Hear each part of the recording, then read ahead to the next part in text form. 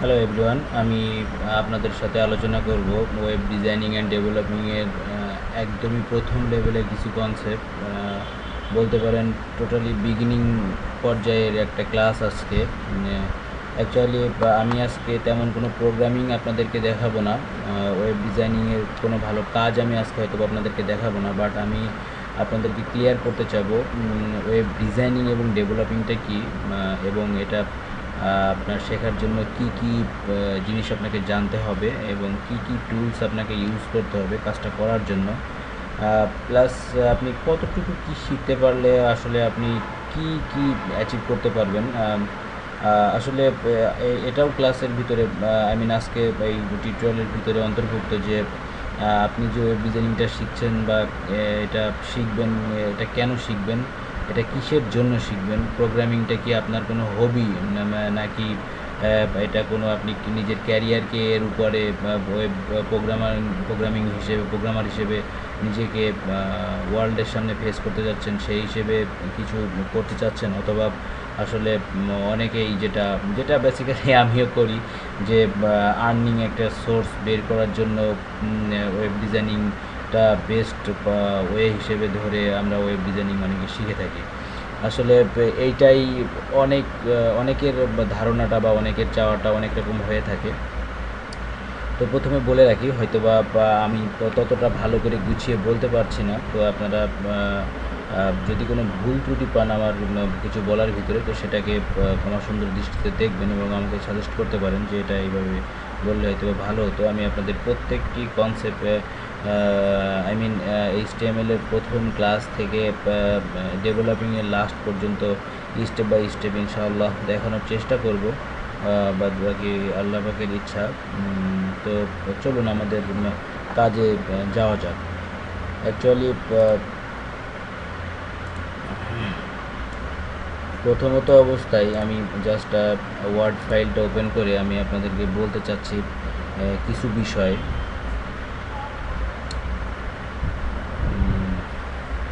Just minute. প্রথমত আসবে যে web DSIGN, web design and developing. তবে ওয়েব ডিজাইনিং অ্যান্ড ডেভেলপিং এর জিনিসটা হচ্ছে পরের বিষয়। এর আগে যে বিষয়টা আপনার আসবে সেটা হচ্ছে যে হোয়াট ইজ ওয়েব পেজ, হ্যাঁ। তার আগে আসবে যে ওয়েবসাইট, ওয়েবসাইটটা কি আর ওয়েব পেজটা কি, ঠিক আছে।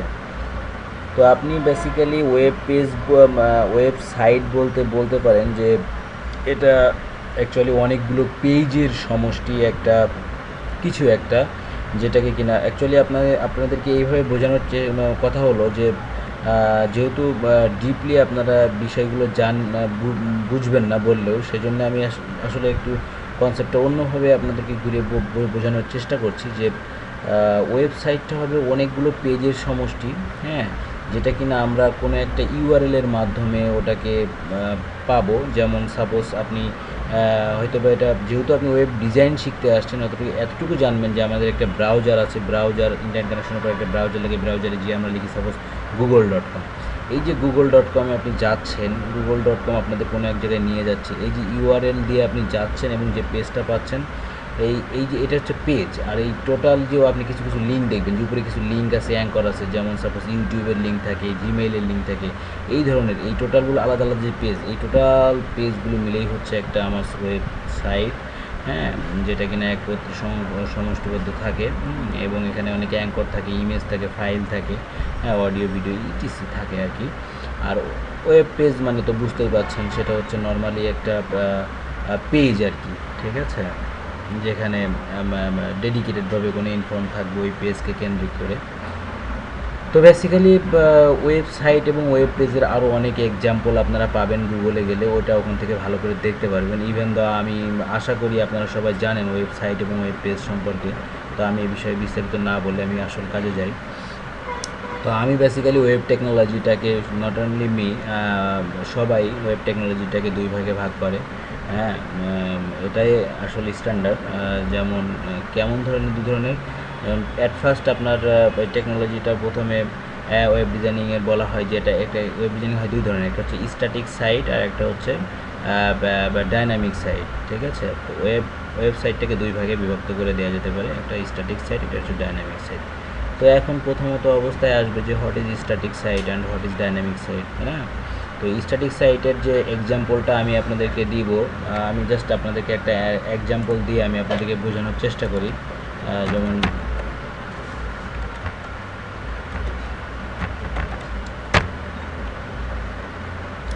আমি একটা ইউআরএলে ঢুকলাম, আপনাদের শিট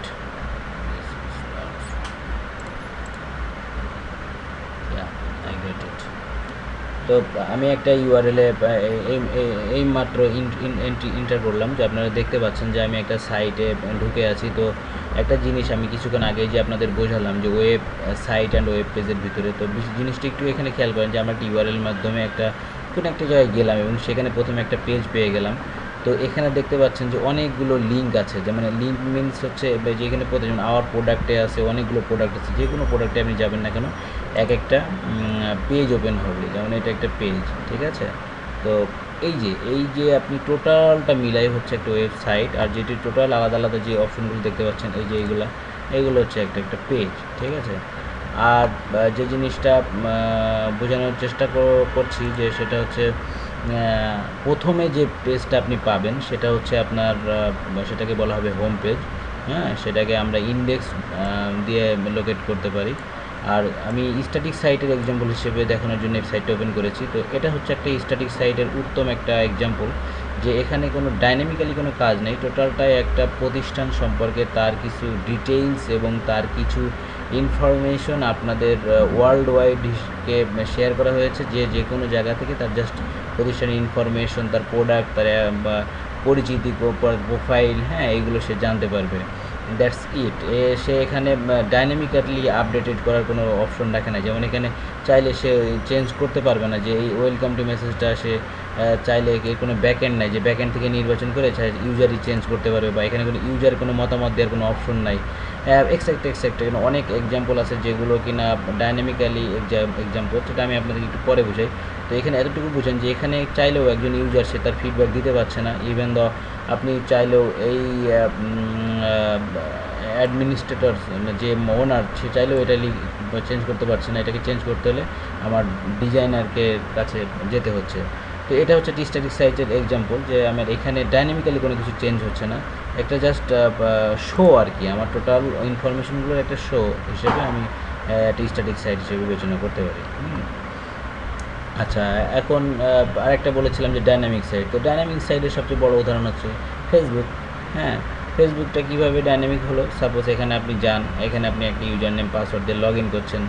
নট অনলি ইউ, আপনি অনেক ইউজার এখানে লগ ইন করছে, প্রতিনিয়ত তাদের প্রোফাইলের পোস্ট দিচ্ছে এবং তারা তাদের পিকচার আপলোড করছে, চাইলে তারা যা ইচ্ছা তাই করতে পারছে, লাইক দিতে পারছে, তারা এই পোস্টটা আবার এডিট করতে পারছে, তারা ডিলিট করতে পারছে।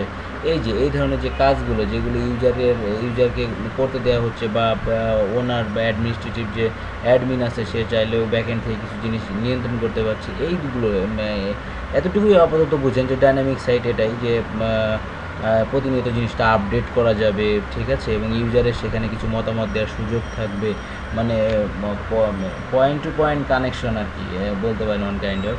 হ্যাঁ, তো ঠিক আছে, আমরা আসলে এতটুকু আমি বোঝাতে চাচ্ছি যে এই সাইট হচ্ছে, ওয়েবসাইট হচ্ছে দুই ধরনের হবে, একটা হচ্ছে স্ট্যাটিক সাইট, একটা হচ্ছে ডাইনামিক সাইট। তো স্ট্যাটিক সাইট সম্পর্কে বললাম যে যেখানে জাস্ট ডাটাগুলো শো করবে, আর ডাইনামিক সাইট হচ্ছে যেখানে ডাটাগুলো প্রতিনিয়ত আপডেট হবে। ঠিক আছে, আচ্ছা, তো আপনাদের একটা জিনিস বলে রাখি যে ওয়েব স্ট্যাটিক সাইট এবং ডাইনামিক সাইট করার যে ক্রাইটেরিয়াগুলো, তো আমি এখানে জাস্ট আরেকটা জিনিসে ভাগ করলাম যে ওয়েব ডিজাইনিংটা আপনি শিখতে পারলে সেটা স্ট্যাটিক সাইটের ভিতরে পড়বে, আর যদি আপনি ডেভেলপিং করতে চান তখন আপনাকে ডাইনামিক সাইটের ভিতরে পড়বে। মানে বিষয়টা হচ্ছে এরকম যে আপনি যদি শুধু স্ট্যাটিক করতে চান সাইটগুলো, তখন আপনি যদি শুধুমাত্র একটা স্ট্যাটিক ওয়েবসাইট করতে চান, তো আপনি ডিজাইনিং সেশনটা করতে পারলেই ভালোভাবে আপনার স্ট্যাটিক একটা ওয়েবসাইট খুব ভালোভাবে ডেভেলপ করতে পারবেন, ডিজাইন করতে পারবেন।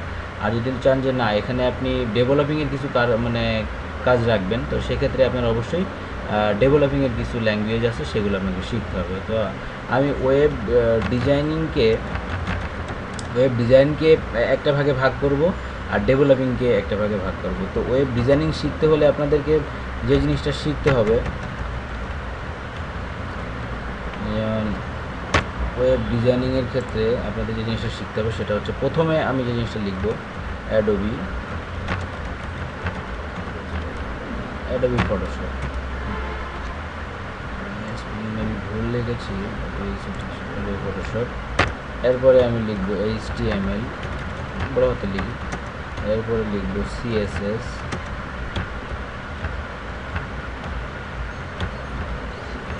JavaScript, jQuery। That's it. এতটুকুই আপাতত আমি রাখছি। আরও কিছু জিনিস আছে, সেগুলো আমি আপনাদেরকে অ্যাডভান্স লেভেলে, ডিজাইনিংয়ের কিছু অ্যাডভান্স লেভেল আছে, সেগুলো আমি আপনাদেরকে বলবো পরে। এখানে কিছু ফ্রেমওয়ার্ক আছে যেগুলো আমি আসলে একটু পরে আলোচনা করতে চাচ্ছি। তো এই যে জিনিসগুলো আমি এখানে ইনক্লুড করলাম, যে Adobe Photoshop, HTML, CSS, JavaScript, jQuery, তো এদের প্রত্যেকেরই কিন্তু একটা ভার্সন আছে। আমরা সব কাজগুলো লেটেস্ট ভার্সন নিয়ে কাজ করব, ঠিক আছে? তো আমি জাস্ট আপনাদের একটা এক্সাম্পল, একটা ওভারভিউ দিতে চাচ্ছি যে ফটোশপই বা কেন আমরা ইউজ করব, HTML কেন ইউজ করব, CSS কেন, জাভাস্ক্রিপ্ট কেন, অথবা jQuery কেন। তো আমি এখানে 5টা কন্টেন্ট আপনাদের সামনে উপস্থাপন করেছি। তো আমি টোটালটা এক এক করে ডিটেলস আমি বলে নিই। তো আমি প্রথম হিসেবে মার্কিং করতে চাচ্ছি 1 নম্বরটাকে। হ্যাঁ, 1 নম্বর HTML হিসেবে আমি মার্কিং করলাম। আমি প্রথমে HTML-কে বোঝাবো, ফটোশপটা একটু পরে আপনাদেরকে বোঝাবো। তো আপনাদের এই HTML এর ফুল অ্যাব্রিভিয়েশন হচ্ছে হাইপার টেক্সট মার্কআপ ল্যাঙ্গুয়েজ। আসলে বেসিক্যালি এটা কোনো ল্যাঙ্গুয়েজ না, হ্যাঁ, ডেডিকেটেডভাবে এটা কোনো ল্যাঙ্গুয়েজ না, বাট এটা হচ্ছে মার্কআপ ল্যাঙ্গুয়েজ। এটাকে দ্বারা মার্কআপ করা হয় আর কি। যেমন পেজ মার্কআপ বলি না আমরা বিভিন্ন জন্য, এটা মার্কআপ করো, ওটা মার্কআপ করো, এই ধরনের এটা মার্কআপ করা। এটা কোনো ল্যাঙ্গুয়েজ না, এটা হচ্ছে মার্কআপ ল্যাঙ্গুয়েজ। ওকে, তো এখানে বেসিক্যালি আমি আপনাদেরকে একটা উদাহরণ দিই। যেমন খুবই সিম্পল একটা উদাহরণ, খুবই সুন্দরভাবে সাদামাটাভাবে বোঝার চেষ্টা করবেন। যে আমি এখানে লিখেছি কনস্ট্রাকশন বিল্ডিং নিয়ে, আমি এখানে জাস্ট গুগলে সার্চ দিয়েছি। তো এখানে দেখেন অনেক কনস্ট্রাকশন বিল্ডিং হচ্ছে। সাপোজ এই একটা বিল্ডিংটা আমি এক্সাম্পল হিসেবে তুলে নিই। তো দেখেন এখানে এই যে বিল্ডিংটা এখানে উঠতেছে, হ্যাঁ, তো এখানে কয়টা ফ্লোর আছে দেখেন, 1 2 3 4 5, হ্যাঁ, আরও উঠতেছে। তো এই জিনিসটা আসলে কি, মানে আমার যে সিভিল ইঞ্জিনিয়ার আছে, তো সে কী করছে, জিনিসটা একটা ব্লু প্রিন্ট তৈরি করছে। ব্লু প্রিন্ট তৈরি করে সে কী করছে, সে ওয়ার্কারদেরকে দিয়ে দিয়েছে এবং তার সাব ইঞ্জিনিয়ারকে দিয়ে দিয়েছে যে সে কাজটা করতে হবে। তো সাব ইঞ্জিনিয়ার কী করবে, অ্যাট ফার্স্ট তার স্ট্রাকচারটাকে দাঁড় করাচ্ছে। দেখেন এই যে বিমগুলো তৈরি করেছে, এই যে ফ্লোরগুলো তৈরি করেছে, এখানে কোনো মানে প্রাচীর নাই, কিন্তু দেখছেন এখানে কোনো প্রাচীর নাই, কোনো কালার নাই, কিচ্ছু নাই, জাস্ট স্ট্রাকচার করেছে, যত দূর হবে দাঁড় করাচ্ছে আর কি। মানে এই যে ফ্রেমটা, এটা একটা ফ্রেম, এই ফ্রেমটা দাঁড় করাচ্ছে। তো আমার ওয়েবসাইটেও এরকম ধরনের, যেমন আমি সাপোজ এই কালারগুলোকে ভুলে যান। সাপোজ দেখেন এখান থেকে এতটুকু একটা অংশ, এখান থেকে এই যে গোল করে রাউন্ড দিয়ে এতটুকু একটা অংশ, আবার এখান থেকে নিচেরটুকু একটা অংশ, আবার নিচে আবার একটা ডিজাইন। এই যে ডিজাইনটা, হ্যাঁ, এই যে ফ্রেমগুলা, যে আমার এখানে একটা জিনিস বসবে, এখানে স্লাইডার, এটা ভুলে যান, আমার একটা ফ্রেম বসবে। এই যে জিনিসগুলা, যে আমার ফ্রেমটা, এই স্ট্রাকচারটা, এই স্ট্রাকচারটার কাজ করবে আমার HTML। মানে আমার যেমন অ্যাট ফার্স্ট বিল্ডিং তৈরি করার ক্ষেত্রে আমার প্রথমে বিল্ডিংটা তৈরি করে নিতে হচ্ছে মেইন র জিনিসগুলো দিয়ে। যেমন এইগুলো তো জিনিস, তাই না? এইগুলো জিনিসগুলো না থাকলে তো আপনি এখানে কাচের গ্লাস দিতে পারবেন না, বা মোজাইক করতে পারবেন না, বা টাইলস দিতে পারবেন না, বিভিন্ন রকম মন মাতানো কালার দিতে পারবেন না। সেরকমই যে আপনি ওয়েব পেজ ডিজাইনিং করতে গেলে আপনার কিছু জিনিস যেগুলো আপনার বেসিক, মূল ভিত্তি, ওইগুলো করতে হয় আগে। তো সেই কাজটাই করবে আমাদের HTML। আমি আশা করি আপনাদেরকে বোঝাতে পেরেছি যে HTML এর কাজ হচ্ছে মেইন ফ্রেমটাকে দাঁড় করানো, ঠিক আছে? আচ্ছা, আফটার দ্যাট আমরা আসবো CSS। তো CSS এর অ্যাব্রিভিয়েশন হচ্ছে ক্যাসকেডিং স্টাইল শিট। তো এইটা মানে বুঝতেই পারছেন স্টাইল শিট। তো স্টাইল শিটটা বেসিক্যালি জিনিসটা কি, যে সাপোজ আপনার এই বিল্ডিংটা যখন ফ্রেমটা দাঁড় করানো হয়ে যাবে, এখন আপনি এই বিল্ডিংয়ে বাইরের দিকটাতে কি গ্লাস লাগাতে চাচ্ছেন। যেমন সাপোজ দেখেন এখানে একটা বিল্ডিং আছে, যেমন এখানে গ্লাস লাগানো আছে, এখানে যেমন দেখা যাচ্ছে যে এখানে গ্লাস নাই, এখানে হচ্ছে নর্মালি ইট বা অন্য কিছু সামথিং এলস ইউজ করে এটাকে করা হয়েছে। তো এটাই আপনি আসলে আপনার আপনার আপনার মানে আপনার ওপিনিয়ন এটা আপনার উপরে ভ্যারি করবে যে আপনি কী জিনিসটা এখানে করবেন, ঠিক আছে? আপনি যে ম্যাটেরিয়ালস ইউজ করবেন, যেমন কস্টিং দিবেন সেমন জিনিস আপনি ইউজ করতে পারবেন। যেন আপনি চাইলে এখন এখানে কাঁচ ইউজ করতে পারবেন, কারণ আপনার ফ্রেম তৈরি করা হয়ে গেছে। আমাদের HTML দিয়ে ফ্রেম তৈরি করা হয়ে গেছে। এখন এখানে চাইলে আমরা গ্লাস ইউজ করতে পারবো, এমনি নর্মালি প্রাচীর ইউজ করতে পারবো, কালার করতে পারবো, এভরিথিং আপনি যেটাই চান সেটাই আপনি করতে পারবেন। তো সেটাই আমাদের যখন একটা ফ্রেম HTML দিয়ে আমরা তৈরি করে ফেলবো, HTML দিয়ে তৈরি করার পরে এইটাতে যত রকম কালার, যেমন আমার দেখেছি যে এখান থেকে এটা কালার, এখান থেকে এই জিনিসটা একটু উজ্জ্বল আসবে, এই যে লেখার পাশাপাশি হালকাভাবে শ্যাডো আসছে, লেখাটা মোটা হয়েছে, হ্যাঁ এই লেখাটা আবার ছোট হয়েছে, এখানে দেখতে পাচ্ছেন যে লেখার উপরে যাচ্ছে পিছনে চেঞ্জ হচ্ছে, এই যে যে বিষয়গুলো করতেছে, হ্যাঁ এই যে জিনিসগুলা যে লেখার কালারটা চেঞ্জ করতেছে, মানে ফ্রেমটা দাঁড় করানোর পরে যত রকম স্টাইলিশ করা যেতে পারে সব রকম স্টাইলিশের কাজটাই আমার করবে কে, এই আমার CSS। হ্যাঁ এটা কথা বোঝা গেছে, CSS। আশা করি আপনারা বুঝেছেন। আমি নেক্সট টপিকে চলে যাচ্ছি, সেটা হচ্ছে জাভা স্ক্রিপ্ট। তবে জাভা স্ক্রিপ্টে যাওয়ার আগে এখন আমি অ্যাডোবি ফটোশপটা বুঝিয়ে নিই যে কেন আমার একটা ফটোশপ লাগবে। তো আমি আগেই বলেছি যে একটা সিভিল ইঞ্জিনিয়ার যখন আপনাকে একটা কাজ দিবে, সাপোজ ওটা একটা ব্লু প্রিন্ট করে দিবে, তো ব্লু প্রিন্ট হচ্ছে অ্যাট ফার্স্ট একটা প্রথম ওভারভিউ, একটা প্রজেক্টের টোটাল ওভারভিউ যে একটা আপনি কীভাবে করবেন, ঠিক আছে? তো আমি সাপোজ এই বিল্ডিংটা করবো, এই বিল্ডিংয়ের একটা স্ট্রাকচার আমার সিভিল ইঞ্জিনিয়ার দিয়ে দেয়। তো আমিও এরকম ধরনের যে আমি যখন একটা ওয়েবসাইট তৈরি করতে পারবো, আমি যখন বাইরের কান্ট্রির কাজ নিব, আউটসোর্সিংয়ের কাজ নিব, তখন দেখবো তারা এরকম বলবে যে আমার PhD টু HTML করে দাও। যেহেতু আমরা HTML যে ফ্রেম তৈরি করবো বলেছি, তো PhDটা কেন? PhDটা হচ্ছে ফটোশপ দিয়ে তৈরিকৃত একটা ওয়েবসাইট, ফটোশপ দিয়ে তৈরিকৃত একটা মানে বলতে পারেন যেটা টাস্ক আর কি, বা একটা ফাইল যে ফটোশপ দিয়ে একটা ওয়েব ডিজাইন মানে হোম পেজ তৈরি করে দিয়েছে, বা বিভিন্ন রকম পেজের ডিজাইনগুলো, মানে এই যে এই পেজের ডিজাইনটা যে এমন হবে, এখান থেকে এত পিক্সেল ভিতরে আসবে, উপর থেকে এত পিক্সেল নিচে আসবে, লোগোটা এমন হবে, লেখাটা এমন হবে, এই যে জিনিসগুলো বলে দিবে ফটোশপ দিয়ে। তো ফটোশপ দিয়ে খুব সুন্দরভাবে ডিজাইন করা যায়, মন মাতানো ডিজাইন করা যায়, ওখানে তো কোডিং করা লাগে না, ওটা হাতে হাতে টুলস দিয়ে GUI ইন্টারফেসে খুব সুন্দরভাবে কাজ করা যায়। সো ফটোশপে একটা প্রজেক্ট আপনাকে করে দিবে যে এই পেজটা টোটাল ফটোশপ ফাইলে থাকবে, ফটোশপ ফাইল থেকে পেজটাকে আপনাকে HTML কনভার্ট করতে হবে। তো এই জন্য আপনাকে ফটোশপে জানতে হতে পারে। অথবা সাপোজ যদিও লোগো আমরা অনেক সময় ইলাস্ট্রেটর দিয়েই তৈরি করি, তো সাপোজ আপনি নর্মাল একটা লোগো তৈরি করবেন, যেমন এই লোগোটা তৈরি করা হয়েছে ফটোশপ দিয়ে। সো এরকম আপনি লোগো তৈরি করার জন্য আপনি ফটোশপটা ইউজ করতে পারেন। সাপোজ অনেক সময় মনে হতে পারে যে না আমার মেনু হিসেবে আমার ইমেজগুলো, এখানে যে ইমেজ আছে বড় বড় আছে, ইমেজগুলো আমি কি ছোটো করবো, কাস্টমাইজ করবো, সেক্ষেত্রে আমার ফটোশপ ইউজ করতে পারে। মানে কিছু সহায়ক বিষয় যে কাজগুলো আপনার ফটোশপ করে দিবে আপনাকে, সেই জন্য আমাদের ফটোশপটা অ্যাটলিস্ট আমাদের লাগবে, যেটা আমার ওয়েব ডিজাইনিংয়ের সাথে রিলেটেড। ইভেন ফ্ল্যাশও ছিল, তো ফ্ল্যাশ এখনকার যুগে আর চলে না, ওয়েবসাইটটাকে ভারী করে দেয়, প্লাস অনেক অপশন আছে। এখন আমাদের অনেক সুন্দর সুন্দর ল্যাঙ্গুয়েজ আছে যেগুলোকে দিয়ে আমরা খুব সহজে ফ্ল্যাশের কাজটাকে করতে পারি ইজিলি। হ্যাঁ, সো আমরা ফ্ল্যাশকে এখন ইনক্লুড করবো না। তো যেটা বললাম ফটোশপের HTML CSS বললাম, এখন আছে জাভা স্ক্রিপ্ট। তো একটা জিনিস লক্ষ্য করেন যে জাভা স্ক্রিপ্ট হচ্ছে খুব সুন্দর দিয়ে মনোযোগ দিয়ে জিনিসটা বুঝবেন। জাভা স্ক্রিপ্ট বেসিক্যালি এটা একটা স্ক্রিপ্টিং ল্যাঙ্গুয়েজ, ঠিক আছে? তো এটা কোন ধরনের স্ক্রিপ্ট? এটা হচ্ছে আপনার ক্লায়েন্ট সাইড স্ক্রিপ্ট, ঠিক আছে? ক্লায়েন্ট সাইডটা কেমন, মানে স্ক্রিপ্ট সাধারণত দুই ধরনের সাপোজ হতে পারে। একটা হচ্ছে ক্লায়েন্ট সাইড স্ক্রিপ্টিং ল্যাঙ্গুয়েজ, একটা হচ্ছে সার্ভার সাইড স্ক্রিপ্টিং ল্যাঙ্গুয়েজ। তো what is server side scripting language, what is client side scripting language? তো PHPটা basically server side scripting language, ঠিক আছে? আর জাভা স্ক্রিপ্টটা ক্লায়েন্ট সাইড স্ক্রিপ্টিং ল্যাঙ্গুয়েজ। তো আমি কেন ক্লায়েন্ট সাইড স্ক্রিপ্টিং ল্যাঙ্গুয়েজ বলছি, জাস্ট আপনাদের একটা এক্সাম্পল আমি আপনাদেরকে এখন দিতে পারবো না, বাট আমি আপনাদেরকে বুঝিয়ে বলতেছি। সাপোজ আপনি রেজিস্ট্রেশন ফর্ম অনেক সময় পূরণ করেছেন, রাইট? অনেক সময় দেখবেন যে আপনি একটা রেজিস্ট্রেশন ফর্ম পূরণ করছেন। তো আমি সাপোজ একটা এক্সাম্পল আপনাদেরকে দিয়েই দিই। সাপোজ JPI না,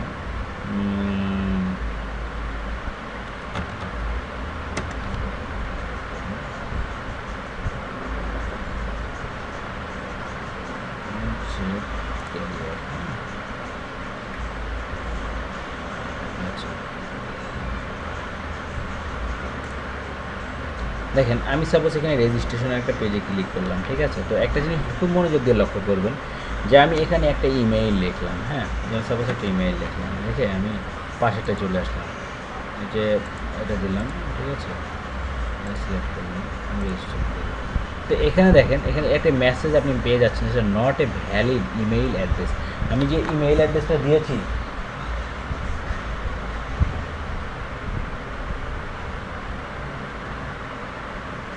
আমি যে ইমেল অ্যাড্রেসটা এখানে দিয়েছি, সেই ইমেইল অ্যাড্রেসটা এখানে আমি দেখতে পাচ্ছি যে ইমেল অ্যাড্রেসটা আমি ভুল দিয়েছি, ঠিক আছে। তো বেসিক্যালি এই যে মেসেজটা আমাদেরকে দিল, আসলে কে দিল, এই কাজটা কে করলো, এবং এই যে মেসেজটা পেলো, এটা কে পেলো, এটা কি সার্ভার পেলো নাকি যে ইউজ করতেছে, যেমন আমি এই মুহূর্তে এই ওয়েবসাইটের জন্য কি একজন ক্লায়েন্ট, তাই না? সো এই যে ক্লায়েন্ট, আমি যে একটা রেজিস্ট্রেশন ফর্ম পূরণ করছি এবং এটা লিখলাম, লেখার পরে রেজিস্ট্রেশনে ক্লিক করলাম এবং আফটার দ্যাট আমি একটা মেসেজ পেলাম, এটা কে পেলো, এটা ক্লায়েন্ট পেলো না সার্ভার পেলো? এই যে সুবিধাটা দিয়ে দিল যে not a valid email address, আমি যে ইমেলটা দিয়েছি এটা ভুল দিয়েছি, এটা কোনো ইমেল ভ্যালিড না। তো এই যে আমি ক্লায়েন্ট হিসেবে এই সুযোগ সুবিধাটা পেয়ে গেলাম, একটা মেসেজ পেয়ে গেলাম, এটা জাভা স্ক্রিপ্টের মাধ্যমে পেলাম। এই ধরনের কিছু সুবিধা আছে, যেমন পাসওয়ার্ড, 2 টাইপ পাসওয়ার্ড, এই যে ম্যাচিংয়ের সিস্টেম আছে, এই ধরনের অনেক কিছু সুযোগ সুবিধা আছে যেগুলো ক্লায়েন্টদেরকে দেওয়া হয়। আমি এখন বিস্তারিত বলছি না, আমি ক্লাস যখন জাভা স্ক্রিপ্টে যখন আরও ডিটেলস বলবো। তো এটা মনে রাখবেন যে জাভা স্ক্রিপ্ট দিয়ে আমরা ক্লায়েন্ট বেসড কাজগুলো করবো, ক্লায়েন্ট সাইড স্ক্রিপ্টিং ল্যাঙ্গুয়েজ এটা, ঠিক আছে। সো ক্লায়েন্টদেরকে যত রকম সুবিধা দেওয়া যেতে পারে সেই কাজগুলো আমাদেরকে জাভা স্ক্রিপ্ট করবে।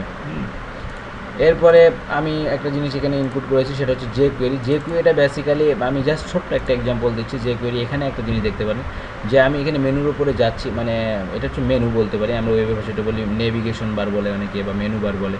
তো আমি যখন এই নেভিগেশনের উপরে যাচ্ছি, তো দেখেন পিছনে যাওয়ার পরে আমার সুন্দরভাবে শ্যাডো আসছে। এই যে এখানে যাওয়ার পরে লেখাগুলো খুব সুন্দরভাবে আসছে, মানে জাম্পিং করছে, ঠিক আছে।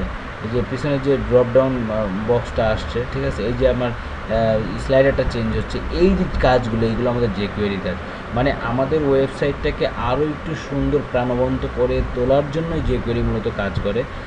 সাপোজ আপনি একটা স্লাইডার করবেন হোম পেজে, ঠিক আছে, আপনার হেডিংয়ে একটা স্লাইডার থাকবে, স্লাইডারটাকে নড়াচড়া করবে ইমেজগুলো, এই কাজগুলো করবো যে কোয়েরি দিয়ে, ঠিক আছে।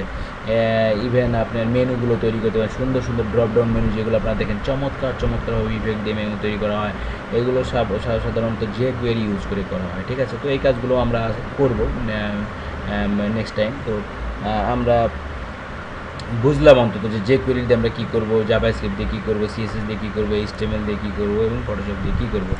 অন্তত এতটুকু জিনিস যদি আপনি খুব ভালোভাবে শিখতে পারেন, তো আপনি নিজেকে উন্মুক্ত করে দিতে পারেন যে একজন স্ট্যাটিক ডিজাইনার হিসেবে, মানে স্ট্যাটিক ওয়েবসাইট ডিজাইনার হিসেবে। তো এতটুকু জিনিস যদি, মানে এই কটা জিনিস যদি আপনি খুব ভালোভাবে জানতে পারেন, তাহলে আপনি অনেক ওয়ে আছে, আপনি বাইরের কান্ট্রি থেকে মানি আর্ন করতে পারবেন, ঠিক আছে।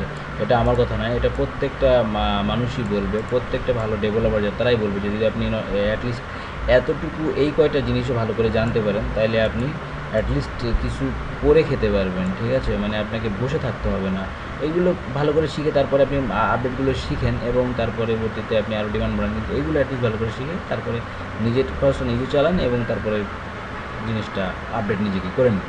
আচ্ছা, আমি এতক্ষণ ধরে চিন্তা করলাম যে ওয়েব ডিজাইনিং কথাটা বললাম, এখন আমি জাস্ট বলবো যে ওয়েব ডেভেলপিংয়ের বিষয়টা। ওয়েব ডেভেলপিং, তো আমি এতক্ষণ ধরে যে ডিজাইনিংয়ের বিষয় বললাম, তো ডেভেলপিংয়ের বিষয়টা হচ্ছে এখানে আমরা দুইটা জিনিস ইনক্লুড করবো, একটা হচ্ছে পিএইচপি, একটা হচ্ছে মাইএসকিউএল। মানে এটা আমাদের কোর্সের ক্রাইটেরিয়াতে পড়ে আর কি। আমি আরও অনেক কিছু আছে যেগুলোকে ডেভেলপিংয়ের ভিতরে পড়ে, বাট এই দুইটাই আমরা এই কোর্সের ভিতরে দেখবো খুব ভালোভাবে, সেই জন্য আমি এই দুটাকেই লিখলাম। পিএইচপি হচ্ছে পিএইচপি হাইপারটেক্সট প্রিপ্রসেসর, এর আরও অনেক ইতিহাস আছে পিএইচপি আসার। তো আমি এখন ইন ডিটেলস এগুলো বলতে চাচ্ছি না, সময় সাপেক্ষ এবং টাইম একটু বেশি বেড়ে গেছে, আমার অফিসে যেতে হবে। ফর দিস রিজন আমি একটু দ্রুত করছি। আমি আরও বিস্তারিত বলবো আপনাদের আস্তে আস্তে নেক্সট টাইমে। হ্যাঁ, তো জাস্ট এতটুকু বুঝে নিন, পিএইচপি হচ্ছে পিএইচপি হাইপারটেক্সট প্রিপ্রসেসর। আমি আগেই বলেছি পিএইচপিটা server side scripting language. Suppose server side scripting ল্যাঙ্গুয়েজটা কেমন, এটা সার্ভারে রান হয়। হ্যাঁ, এটা শুধু কাজটা করে শুধু সার্ভারের জন্য। তো উদাহরণ হিসেবে আমি যেমন এখানে একটা রেজিস্ট্রেশন ফর্ম আপনাদেরকে দেখালাম। তো সাপোজ এখানে আপনি একটা ইমেল অ্যাড্রেস দিলেন, ভ্যালিড ইমেল অ্যাড্রেস দিলেন, বরগুনা আপনার হোম ডিস্ট্রিক্ট দিলেন, ডেট অফ বার্থ দিলেন, ঠিক আছে। তো এই যে ডাটাগুলো দিয়ে আপনি রেজিস্ট্রেশন করবেন, ডাটাগুলো নিশ্চয়ই আপনি এর আগেও রেজিস্ট্রেশন করেছেন অনেক ফর্ম, নিশ্চয়ই ডাটাগুলো কোনো এক জায়গায় চলে যাবে। এতটুকু ধারণা রাখেন যে কোনো এক জায়গায় ডাটাগুলো আমার যাবে, ঠিক আছে, কোনো এক জায়গায় ডাটাগুলো যাচ্ছে। তো এই যে ডাটাগুলো যাচ্ছে, কোন ওয়ে দিয়ে যাচ্ছে, কিভাবে যাচ্ছে, এই যে প্রসেসটা, এই প্রসেসটা বলে দেবে আমাদের পিএইচপি, ঠিক আছে। এই তার মানে ভেবে নিন না যে পিএইচপির কাজ শুধু পথ চেনানো, ঠিক আছে। পিএইচপি দিয়ে অনেক কাজ আছে যেগুলো আমরা আস্তে আস্তে দেখবো। তো এটাই হচ্ছে জাস্ট একটা এক্সাম্পল হিসেবে আপনাদেরকে বললাম যে আমি এই যে এর ভিতরে যে নামটা লিখছি, ইমেল অ্যাড্রেস, অন্যটা গেছি, ডেট অফ বার্থ লিখছি, এই রেজিস্ট্রেশনে ক্লিক করতেছি, আমার ডাটাগুলো কোনো একটা জায়গায় চলে যাচ্ছে, গিয়ে সেভ হচ্ছে। এই যে চলে যাচ্ছে, যাওয়ার কাজটা করবে আমার পিএইচপি। আর যেখানে সেভ হচ্ছে, এই সেভ হয়ে থাকছে যেখানে, সেটা হচ্ছে মাইস্কুয়েল, ঠিক আছে। এবং সে মাইস্কুয়েলের ফুল স্ক্রিন হচ্ছে মাই স্ট্রাকচার কোয়েরি ল্যাঙ্গুয়েজ। তো আমরা ইনশাআল্লাহ সবগুলোই স্টেপ বাই স্টেপ দেখব। তো এই কয়টা জিনিস যদি আপনি একটু ভালোভাবেই সব করে শিখতে পারেন, তাহলে আপনি নিজেকে একজন ওয়েব ডেভেলপার হিসেবে দাবি করতেই পারেন, ঠিক আছে। তো অবশ্যই ভালো করে শিখতে হবে, কারণ এখনকার যুগে আপনার ডেভেলপারের অভাব নাই, ডিজাইনারের অভাব নাই, কিন্তু খুব মানসম্মত ডেভেলপার এবং মানসম্মত ক্রিয়েটিভ ডিজাইনার খুবই অভাব, ঠিক আছে। তো আপনি আপনার লেভেলটাকে কীভাবে দেখতে চান সেটা আপনার উপরেই ভ্যারি করবে, ঠিক আছে। আপনি প্র্যাকটিস যত বেশি করবেন, আপনি যত বেশি আউটসাইড এবং ইন্টারনেট ঘেটে ওয়েবের টেকনোলজির সাথে যুক্ত থাকবেন, তত নিজেকে অত আপগ্রেডেড করতে পারবেন। তো আফটার অল এতগুলো মানে এই কাজগুলোর পরেও আমরা যে জিনিসটা করব সেটা হচ্ছে কিছু ফ্রেমওয়ার্ক নিয়ে কাজ করব। ফ্রেমওয়ার্ক বেসিক্যালি কি, মানে এটা আমি আলাদা ক্লাসে বলবো। তো ফ্রেমওয়ার্কের ভিতরে একটা যে জিনিসটা আসবে সেটা হচ্ছে আমরা টুইটার বুটস্ট্র্যাপটা করবো। টুইটার বুটস্ট্র্যাপটা কেন, যে সাপোজ আমি আপনাদেরকে একটা এক্সাম্পল হিসেবে দিই। এখানেই আমার সব সাইট করা বেসিক্যালি b12bd.com স্ল্যাশ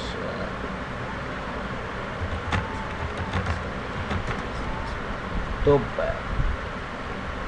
যে পেজটা আসবে এখন দেখেন, এটা একটা রেসপন্সিভ সাইট, ঠিক আছে। রেসপন্সিভ মিন হচ্ছে এই ওয়েবসাইটটায় আপনি যখন ল্যাপটপ দিয়ে ওপেন করবেন তখন একরকম দেখবেন, ডেস্কটপ দিয়ে যখন দেখবেন তখন একরকম দেখবেন, ট্যাব দিয়ে যখন দেখবেন তখন একরকম দেখবেন, মোবাইল দিয়ে যখন দেখবেন তখন একরকম দেখবেন। মোবাইলে বিভিন্ন রকম সাইজ, মানে যে সাইজের ডিভাইস দিয়ে, ইলেকট্রনিক্স ডিভাইস দিয়ে আপনি এই সাইটটা ভিজিট করে নেবেন কেন, সেই সাইটটাতে অটোমেটিক্যালি সেই সাইটটা আমার এই ওয়েবসাইটটাকে কি করবে, সাপোর্ট করবে। এটাতে কোনো নিচের দিকে কোনো স্ক্রলিং বার থাকবে না, আপনাকে নিচের দিকে আস্তে আস্তে সাইটটা ভিজিট করবেন। এই যে এটাকে বলা হয় রেসপন্সিভ সাইট, ঠিক আছে, যে আমার বিভিন্ন ডিভাইসে সাপোর্ট করবে। যেমন দেখেন এখন মেনুগুলো কিন্তু নিচে হয়ে গেছে, আবার যখন আমি এটা বড় করব তখন মেনুগুলো কিন্তু এইভাবে হয়ে গেছে, ঠিক আছে। আবার যখন সবচেয়ে বড়, এটা অনেক আগে টুইটার একটা ফ্রেমওয়ার্কের এক্সাম্পল, তো এখন এটা অনেক আপডেটেড হয়ে গেছে। তো জাস্ট আমি এমনি বোঝানোর জন্য যে হোয়াট ইজ রেসপন্সিভ। তো রেসপন্সিভ জিনিসটা এটাই যে আমার বিভিন্ন মানে ইলেকট্রনিক্স ডিভাইসে আমার এই ওয়েবসাইটটা সাপোর্ট করবে। তো একটা ওয়েবসাইট বিভিন্ন ডিভাইসে বিভিন্ন রকম দেখাবে, এটাই হচ্ছে আমার রেসপন্সিভ সাইট। তো এই রেসপন্সিভটা আমরা বিভিন্ন ওয়েতে করতে পারি। তো আমরা যে ওয়েতে করবো সেটা হচ্ছে একটা ফ্রেমওয়ার্ক ইউজ করবো এবং সেই ফ্রেমওয়ার্কটার নাম হবে টুইটার বুটস্ট্র্যাপ, ঠিক আছে। তো এই হচ্ছে মূলত অপশন। আর এর পরেও আমরা যে জিনিসটা করবো সেটা হচ্ছে আমরা কিছু সিএমএস নিয়ে কাজ করবো। সিএমএস হচ্ছে কন্টেন্ট ম্যানেজমেন্ট সিস্টেম। তো কন্টেন্ট ম্যানেজমেন্ট সিস্টেমটার বিষয়টা হচ্ছে এরকম যে একটা কন্টেন্টের মানে আপনি নিয়ন্ত্রণ, মানে বুঝতেই পারছেন, কন্টেন্ট ম্যানেজমেন্ট মানে আপনি সিস্টেম। তো জিনিসটা হচ্ছে এরকম যে আপনি একটা ওয়েবসাইট করবেন, সেই ওয়েবসাইট করার জন্য প্রয়োজনীয় যে সমস্ত কন্টেন্ট আপনার নিয়ন্ত্রণ করতে হবে সেটা একটা ব্যাকএন্ড থাকবে, ঠিক আছে। তো ওই ব্যাকএন্ড থেকে আপনি জিনিসগুলো নিয়ন্ত্রণ করে আপনি সাইটটা করতে পারেন। সাপোজ আপনার টেবিল লাগবে, টেবিল আপনার ব্যাকএন্ড দিয়ে দেবে, সেটা করবেন। আপনার একটা পেজ অ্যাড করা লাগবে, পেজ থেকে নিয়ে নেবেন, ব্যাকএন্ড থেকে একটা পেজ অ্যাডে ক্লিক করবেন, একটা পেজ অ্যাড হয়ে যাবে, ঠিক আছে। একটা কিছু লিখবেন, লিখে দেবেন, লেখা হয়ে যাবে, আপনার কোনো কোডিং করা লাগবে না। এই ধরনের কিছু জিনিস আছে যেগুলো কন্টেন্ট ম্যানেজমেন্ট সিস্টেমকে বলা হয়। তো এটা যেমন ওয়ার্ড পেজ আছে, জুমলা আছে, আপনার নাম শুনেছেন, ঠিক আছে। তো আমরা ওয়ার্ড পেজটা একটু দেখার চেষ্টা করবো ভালোভাবে, ঠিক আছে, আমাদের এই কোর্সের ভিতরে। তো ঠিক আছে, আমার এটা হচ্ছে জাস্ট আমি বলেছি যে আজকে আমি কোনো কোডিং করবো না, আমি জাস্ট ওয়েব ডিজাইনিং সম্পর্কে ইন্ট্রোডিউস করবো যে আসলে কী ওয়েব ডিজাইনিং এবং ডেভেলপিং। এটাই হচ্ছে আমার প্রাথমিক আলোচনা। তো আশা করি সবাই বুঝতে পেরেছেন ওয়েব ডিজাইনিংটা আসলে কীভাবে কী করবো এবং কতটুকু শিখলে আমি স্ট্যাটিক ডিজাইনার হবো, কতটুকু শিখলে আমি ডেভেলপার হবো এবং কী শিখলে কী হবে, কী করা যাবে, এগুলো আপনি আসলে বুঝতে পারছেন। তো আমি নেক্সট টিউটোরিয়ালে আমি আপনাদের ওয়েব ডিজাইনিংয়ের প্রথম অংশ থেকে শুরু করার চেষ্টা করব। সেই পর্যন্ত খোদা হাফেজ, আমার জন্য দোয়া করবেন। আল্লাহ হাফেজ, আসসালামু আলাইকুম ওয়া রাহমাতুল্লাহি ওয়া বারাকাতুহু।